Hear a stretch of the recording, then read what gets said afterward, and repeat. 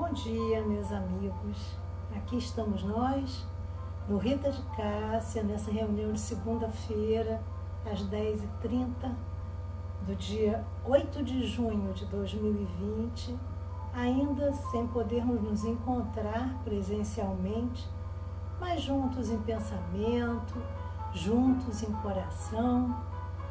Então vamos nos sentir realmente no Rita de Cássia, vamos nos sentir naquela chegada segunda de manhã, nos abraçando, e vamos unir os nossos corações, os nossos pensamentos, para fazermos uma prece nessa manhã de segunda-feira, elevando o nosso pensamento ao Pai, pedindo que Ele nos ampare, nos proteja, que possamos estar conectadas com essa equipe de espíritos responsáveis por essa reunião, que eles nos inspirem, nos abracem, para que nós possamos compartilhar todos a mensagem que nos vem através do Livro dos Espíritos. Abençoa, Pai amado, esse nosso encontro, e que seja em Teu nome, em nome do Mestre Jesus, em nome de Maria de Nazaré, protegida por essa equipe de espíritos responsáveis pelo nosso encontro, que nós possamos, de nossa parte, dar por iniciado o nosso estudo desta manhã. Então vamos lá. Vamos falar um pouquinho sobre Mozart. Vocês estão escutando uma música, não é? Pois é. Wolfgang Amadeus Mozart. Um músico e compositor austríaco, dos maiores compositores da história da música, que desde pequeno ele já mostrava genialidade para a música, né? Com 4 anos, enquanto a irmã tinha aulas de cravo, ele em seguida, observando isso, começou a tocar também e aprendendo com muita facilidade. E o pai, que percebeu essa genialidade do filho, estimulou essa questão. E aí, com 5 anos de idade, Mozart escreveu um concerto para cravo, né? E aí o pai programou, a partir disso, um programa de estudo, excursões, e com 6 anos de idade, do lado da irmã, que também era uma instrumentista fantástica, que a essa altura estava com 10 anos, Mozart foi levado para Munique, para um recital que fez um grande sucesso. E aí Mozart e a irmã se apresentaram na Áustria, em cidades da Alemanha, e sempre com salões lotados, né? Tocaram para a corte em Bruxelas, tocaram em Paris. Mozart, aos 7 anos de idade, compôs sonatas para violino e cravo, que foram publicadas em Paris. E dos 14 aos 17 anos, Mozart viajou pela Itália. Ele passou 3 meses em Bolonha, onde ele conseguiu uma vaga para a Academia Filarmônica Bolonhesa, embora ele não tivesse a idade mínima para isso. Enfim, ele compôs inúmeras óperas importantes, músicas de câmara, concertos, quartetos de corda, sonatas, concertos para piano.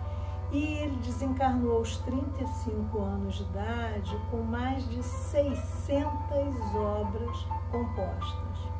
Pois é, contei isso tudo para vocês e vou contar também que quando criança e adolescente eu estudei piano, estudava para tocar uma musiquinha. Aí eu fico pensando, por que será que Mozart nasceu com tanto talento e eu não? Por que será, né? E aí a gente pensa em Mozart, Michelangelo, Leonardo da Vinci, Albert Einstein. Eu poderia ficar aqui horas falando nomes de personalidades com um talento inalcançável para a maioria de nós. Mas eu também poderia falar sobre Francisco Cândido Xavier, Madre Teresa de Calcutá, Gandhi, personalidades num grau de evolução moral também inalcançável para a maioria de nós. Agora eu vou baixar um pouquinho a música que está meio alta, né? A gente fica pensando, será por injustiça de Deus a criação de espíritos tão talentosos, espíritos de tão alta moralidade e outros não? Para nós a resposta já é clara, não é? Porque nós sabemos que Deus é soberanamente bom e justo. Então não criaria injustiças. Esses graus de genialidade e de moralidade são inalcançáveis para nós neste momento. Agora, nessa encarnação, dificilmente nós vamos conseguir chegar a isso. Mas eles não são inalcançáveis para nós. Na questão 115 do Livro dos Espíritos, respondendo a uma indagação de Kardec, os espíritos nos dizem que Deus criou todos os espíritos simples e ignorantes, isto é, sem saber. Ou seja, o espírito que habitou o corpo de Einstein foi criado como eu, como você. O espírito que habitou o corpo de Mozart, idem, de Michelangelo, também. Deus jamais seria injusto, criando personalidades mais evoluídas, espíritos mais evoluídos, personalidades mais talentosas. E o nosso tema de hoje fala exatamente disso, de igualdade e desigualdade. Esse tema, ele nos é apresentado na terceira parte do Livro dos Espíritos, onde Kardec trata das leis morais, mais especificamente no capítulo 9, intitulado Lei de Igualdade. Mas antes de nós irmos a esse estudo específico, eu gostaria de dar uma passada com vocês pelo livro O Consolador, ditado pelo Espírito Emmanuel, através da psicografia de Chico Xavier, um livro também, como o Livro dos Espíritos, de perguntas e respostas. E na questão 227, Emmanuel esclarece a respeito dos favores, entre aspas, de Deus.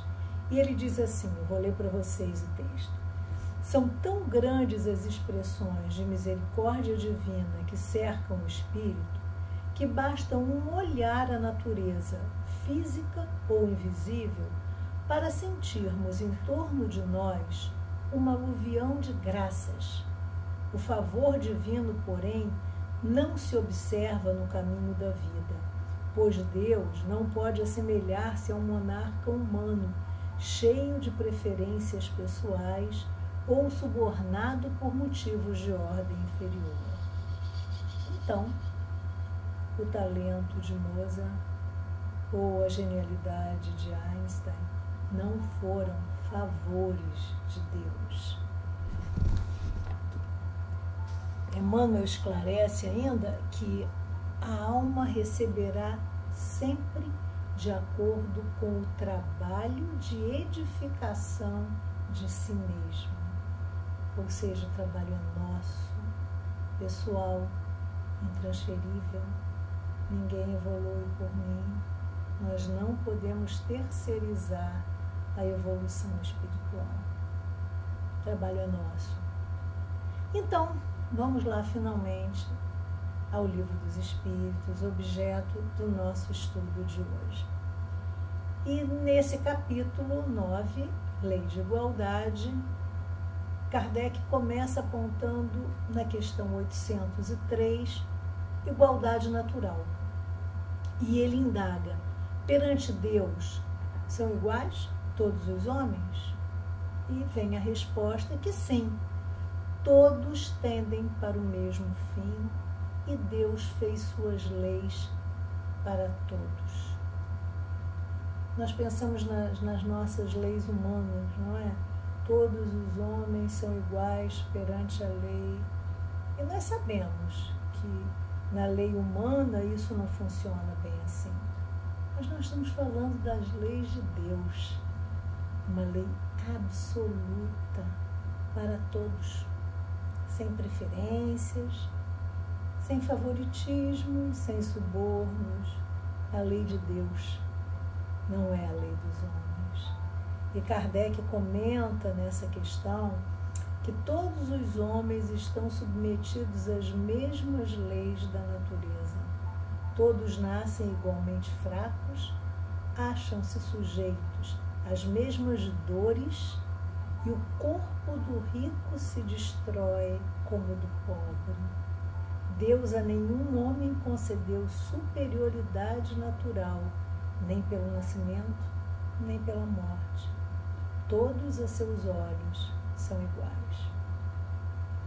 Aqui estamos nós, no meio de uma pandemia, uma doença com alto poder de contágio que atingiu todo o planeta. Todos os seus habitantes estão sujeitos a ela, independentemente do nível socioeconômico, cultural, independentemente da cor da pele, da orientação sexual, da religião ou da ausência dela. O que varia nessa história são os recursos que nós temos para prevenir ou para tratar. Mas todos nós iguais. O que varia é a nossa disposição de auxiliar quem está em condição mais desfavorecida do que a nossa. O que varia é o acesso aos recursos médicos, aos recursos tecnológicos como este que nós temos agora, que servem para divulgar a doutrina espírita, mas que servem para divulgar informação, o que varia é o tipo de informação que é veiculada, muitas vezes correta, muitas vezes falsa, e nós temos que ter filtro para avaliar as informações que nós recebemos.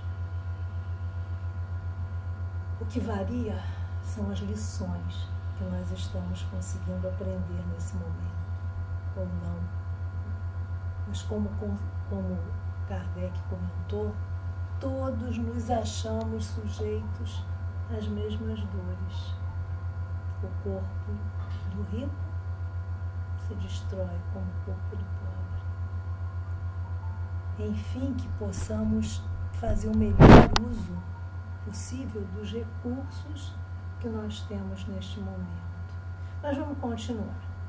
Ele continua falando da desigualdade das aptidões. Parece que ele escutou aquela minha questão, né, do meu talento comparado ao talento de Mozart. Por que essa desigualdade, Deus? E aí Kardec pergunta assim, por que Deus não outorgou as mesmas aptidões a todos os homens? Por que eu não tenho o talento de Mozart? E os espíritos respondem. E aí a gente lembra da questão 115 que nós vimos no início. Deus criou iguais todos os espíritos. E continua. Mas cada um desses espíritos vive há mais ou menos tempo e, conseguintemente, tem feito maior ou menor soma de aquisições. E aí nós pensamos, se eu estudo um determinado assunto há 1 ano, eu não posso conhecer tanto desse assunto quanto alguém que estuda o mesmo assunto há 30 anos. Então, ele está falando, os espíritos estão falando aqui do acúmulo de conhecimentos, da soma de conhecimentos. A diferença, eles continuam, a diferença entre eles está na diversidade dos graus da experiência alcançada e da vontade com que obram, vontade que é o livre-arbítrio. Daí se aperfeiçoarem mais rapidamente do que outros, o que lhes dá aptidões diversas. Então também eles estão dizendo que eu posso fazer um intensivão se eu tiver vontade, se eu tiver disposição e avançar um pouco mais do que aquele que estuda o tema há mais tempo, mas superficialmente e sem nenhum empenho. Eu posso me dedicar mais a esse meu crescimento, eu posso olhar mais para as minhas dificuldades e caprichar mais no intuito de me livrar dessas dificuldades e adquirir, dar passos na aquisição de virtudes. Jesus nos trouxe isso de forma muito clara na parábola dos talentos. Eu posso enterrar durante muito tempo meus talentos, ou eu posso, através da minha vontade, do meu livre-arbítrio, me empenhar em fazer esses talentos frutificarem. Ele fala da variedade das aptidões, a fim de que, eles falam, né, os espíritos, a fim de que cada um possa concorrer com a execução dos desígnios da providência, no limite do desenvolvimento de suas forças físicas e intelectuais. O que um não faz, o outro faz. Então eles estão falando da nossa responsabilidade de fazermos o melhor possível no limite das nossas forças, a partir dos recursos que nós já temos. E vai ser assim que cada vez mais nós adquirimos recursos para caminhar adiante. Recursos que foram desenvolvidos a partir da nossa vontade, das nossas escolhas, e com isso adquirindo experiência para avançarmos cada vez mais. Mas essa vontade tem que ser uma vontade firme, um querer querendo. Segundo Leon Denis, vontade é a maior potência da nossa alma. Nós precisamos mobilizá-las, senão fica aquela vontade, quero, mas não quero muito, e aí depois eu faço, daqui a pouco eu me empenho, agora eu estou com preguiça. Então, o que nós observamos hoje no talento, na aptidão de uma pessoa, é sempre um resultado do trabalho a partir dessa vontade firme. O que nos parece hoje um talento sem esforço, o que me faz hoje sentar no piano, por exemplo, e sair tocando, o que me faz hoje pegar um pincel, fazer uma linda pintura, fazer uma escultura com muita facilidade, sem ter aprendido, com certeza é resultado de um esforço prévio. Deus nos criou simples, ignorantes. Tudo que nós conseguimos hoje foi através do nosso esforço, do nosso trabalho. Então hoje parece muito fácil. Nossa, fulano, abençoado, somos todos nós, né? Tem uma facilidade para fazer isso, e eu tenho que trabalhar tanto para conseguir fazer um pouquinho do que, perto do que ele faz. Não caiu do céu. Ele se esforçou, mas nós não acompanhamos esse esforço, porque esse esforço foi prévio. Então, esse esforço nosso de hoje, ele vai resultar num talento amanhã. Isso nós não precisamos ter dúvida. Vamos lembrar que, como disseram os Espíritos na continuidade dessa resposta, assim é que cada qual tem o seu papel útil a desempenhar. E aqui eles estão mostrando uma outra coisa para nós. Papel útil. Utilidade dos talentos que adquirimos. Solidariedade. Eles dizem, demais, sendo solidários entre si todos os mundos, necessário se torna que os habitantes dos mundos superiores, na sua maioria, na sua maioria foram criados antes do vosso, esses mundos superiores, venham habitá-lo, para vos dar o exemplo. Então nós recebemos habitantes de planetas mais evoluídos do que os nossos, que vêm aqui nos ensinarem coisas que eles já aprenderam e nós ainda não. E aí fica uma questão que Kardec dirige aos espíritos na pergunta seguinte, na pergunta 805, que é uma pergunta que pode passar pela nossa mente em algum momento. O espírito, quando passa de um mundo superior a outro mundo inferior, ele conserva integralmente as faculdades que já adquiriu?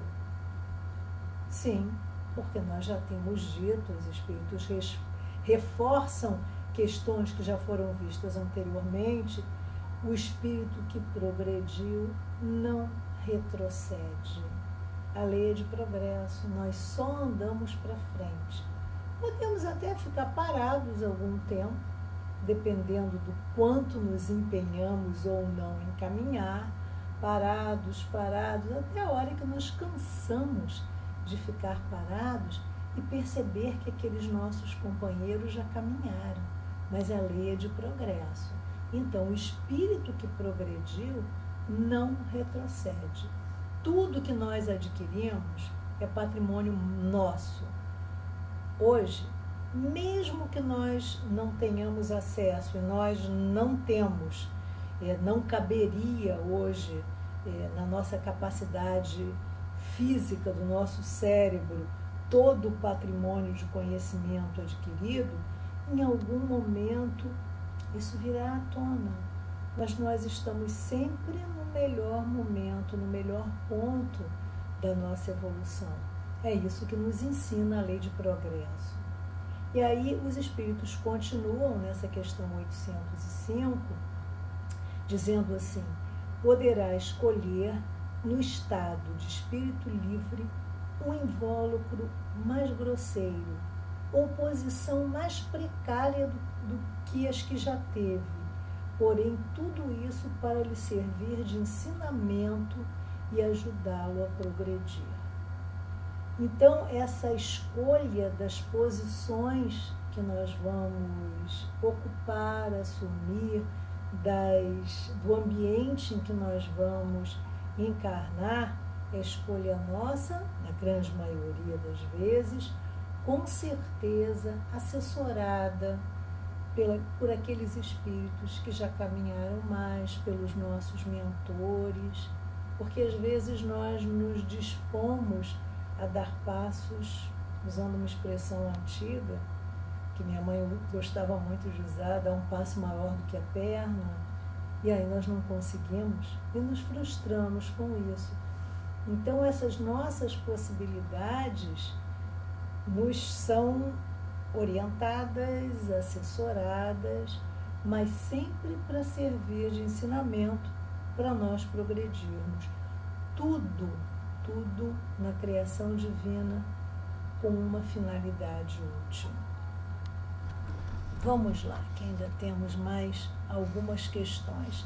Nessa questão 805, Kardec faz o seguinte comentário: assim, a diversidade de aptidões entre os homens não deriva da natureza íntima de sua criação, mas do grau de aperfeiçoamento a que tenham chegado os espíritos encarnados neles. Então, ele está reforçando aquilo que foi visto hoje. Na criação não há diversidade de aptidões, mas o grau de aperfeiçoamento, o quanto eu tenho me trabalhado para evoluir, para melhorar as minhas condições de conhecimento, de moralidade.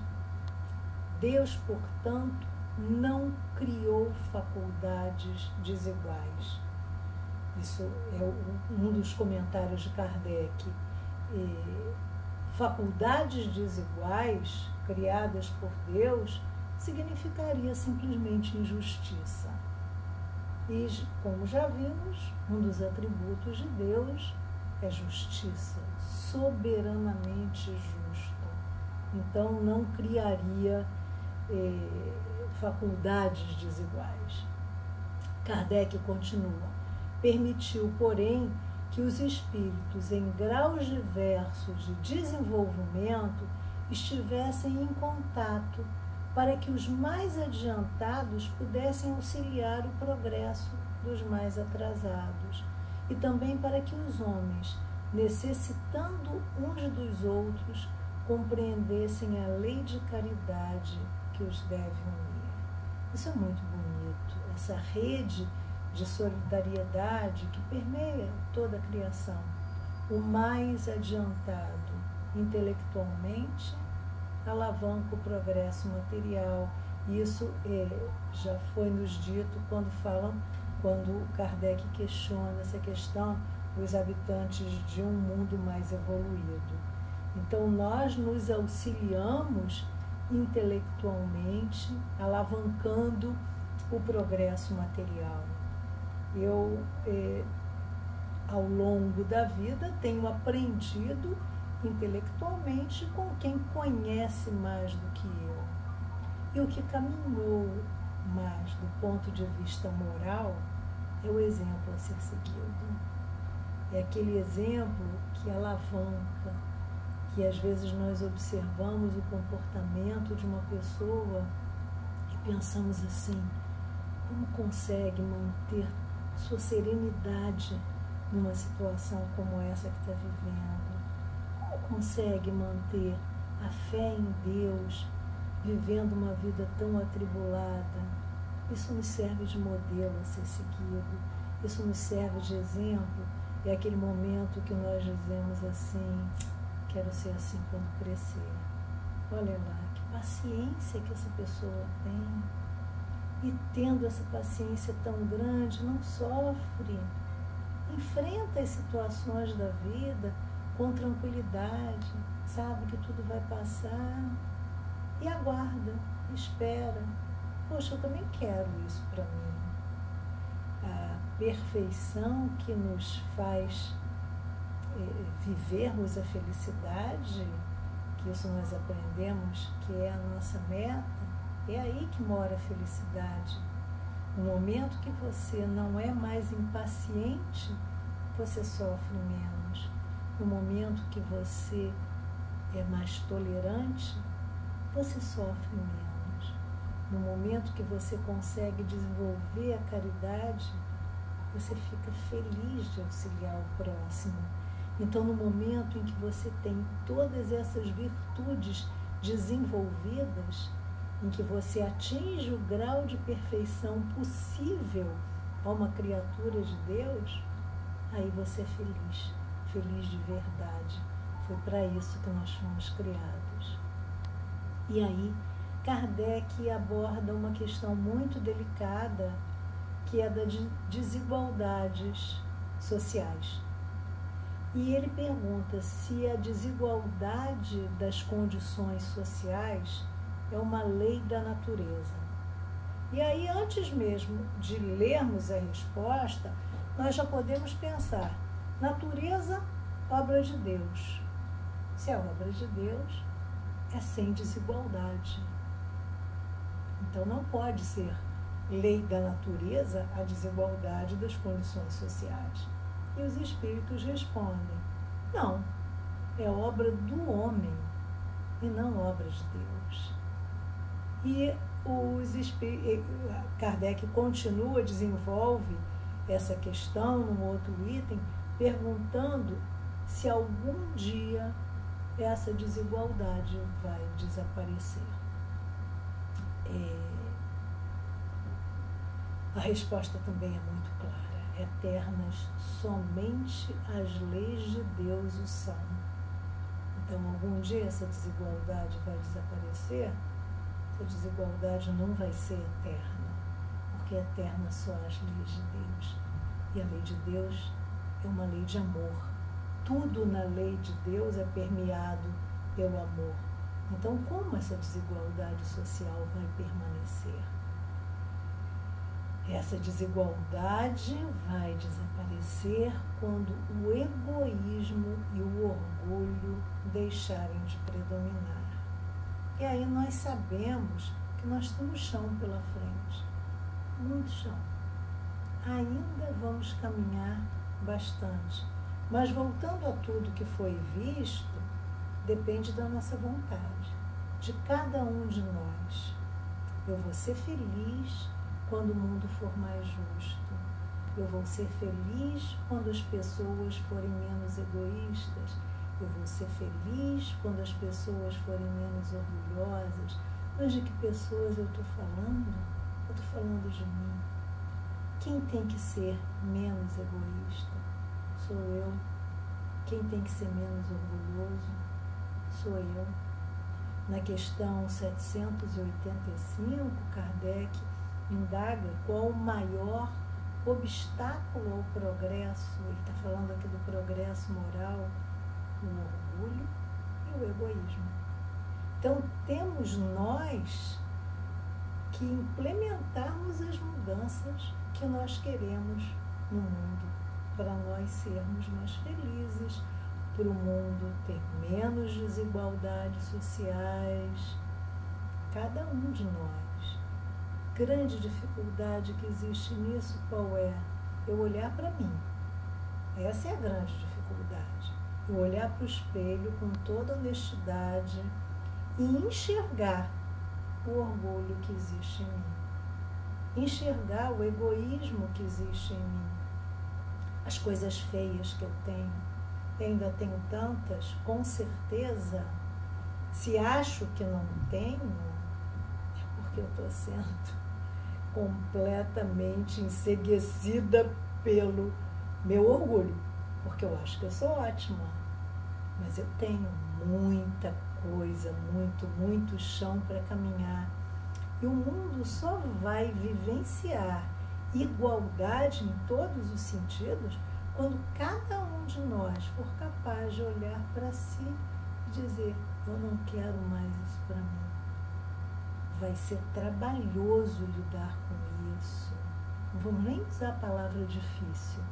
Vai ser trabalhoso eu me livrar do meu interesse pessoal em cada passo que eu dou na minha vida. Mas eu não quero mais ser egoísta. Não vou conseguir isso da noite para o dia, com certeza. Vou ter que me trabalhar. Sabe lá durante quantas encarnações? Mas é meta. E aí nós lembramos do homem de bem, descrito tanto no Livro dos Espíritos quanto no Evangelho segundo o Espiritismo. O homem de bem, com certeza absoluta, pelo menos para mim, não é alcançável nessa encarnação. O homem de bem é meta. O homem de bem é onde eu quero e eu pretendo e eu me trabalho e eu vou chegar um dia. Todos os espíritos vão chegar. Eu, você, todos nós. Porque Deus nos criou para sermos felizes. No momento que isso acontecer, eu não estarei mais contribuindo para as desigualdades sociais. Eu não estarei mais contribuindo para as injustiças. Requer de nós muito trabalho, muita luta contra as nossas imperfeições, muita vontade de trilhar o caminho. Como a gente viu anteriormente, o desenvolvimento moral, ele nos é alavancado a partir de exemplos. Qual foi o maior exemplo que nós tivemos aqui na Terra? Jesus nos deixou esse caminho. Jesus apontou esse caminho para nós. Cabe a nós a decisão, a vontade firme de seguirmos o seu exemplo. E para lá vamos nós. Para lá vamos nós e vamos, com certeza, um dia chegar lá. Mais cedo ou mais tarde, depende de nós. Depende da nossa vontade firme, depende do nosso empenho. Vamos ver o que ainda temos aqui pela frente. Lembrando, não é, que fiz bobagem, voltei. Lembrando que essa desigualdade só vai aparecer no mundo onde eu não dei uma carteirada, no mundo onde nós não escutemos alguém dizer: você sabe com quem você está falando? Ou seja, eu sou melhor do que você, então olha o seu tom de voz quando fala comigo, você não sabe com quem você está falando. Eu sou melhor do que você, eu sou superior a você. Só nesse momento nós viveremos um mundo de paz, onde a caridade, o amor ao próximo aconteçam naturalmente, sem que nós precisemos nos preocupar em ter atitudes caridosas, onde isso brote com naturalidade. Oportunidades, gente, não faltam para nós aprendermos. Estamos podendo vivenciar uma grande lição. Quem tiver olhos de ver, quem tiver ouvidos de ouvir, não vai sair dessa pandemia como entrou, não. Vai ter aprendido muita coisa. Algumas pessoas não vão aprender? Não. Algumas pessoas não vão aprender nada.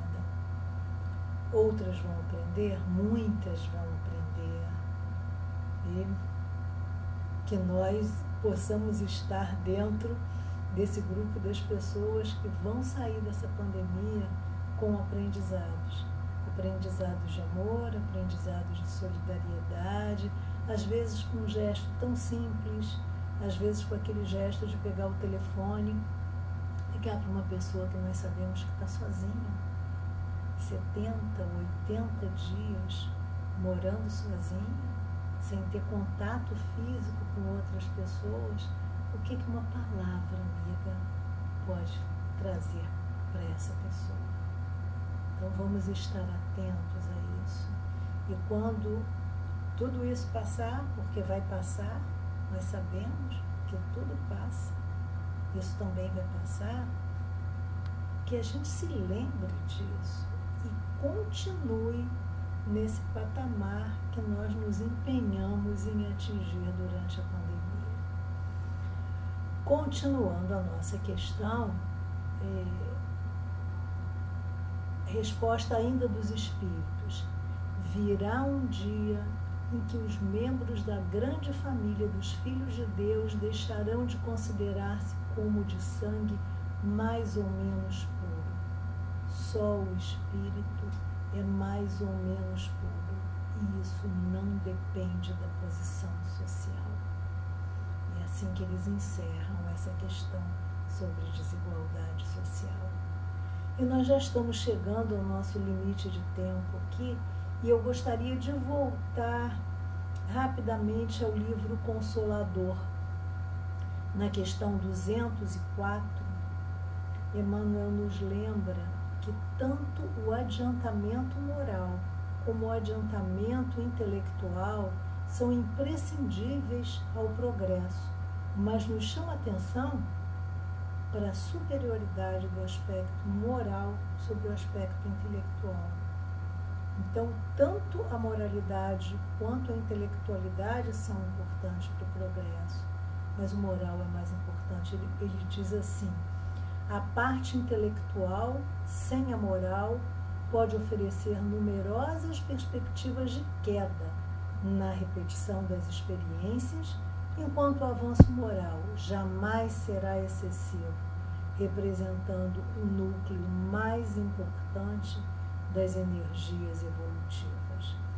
Então, vamos pensar do que seria a humanidade se não fosse o modelo de Jesus. Ele é o nosso modelo supremo. E a ele, nesse momento em que cerramos o nosso estudo, nós elevamos o nosso pensamento, agradecendo. Obrigado, Jesus, por nos apontar esse caminho de amor, esse caminho de luz, esse caminho de paz. Que possas ser, Jesus, sempre para nós o nosso guia e modelo, o nosso exemplo maior. Gratos estamos, Jesus, por esse encontro de corações e que possamos nos despedir felizes em Teu nome, em nome de Maria de Nazaré, em nome de Deus. Graças a Deus e um bom dia para todos, meus amigos.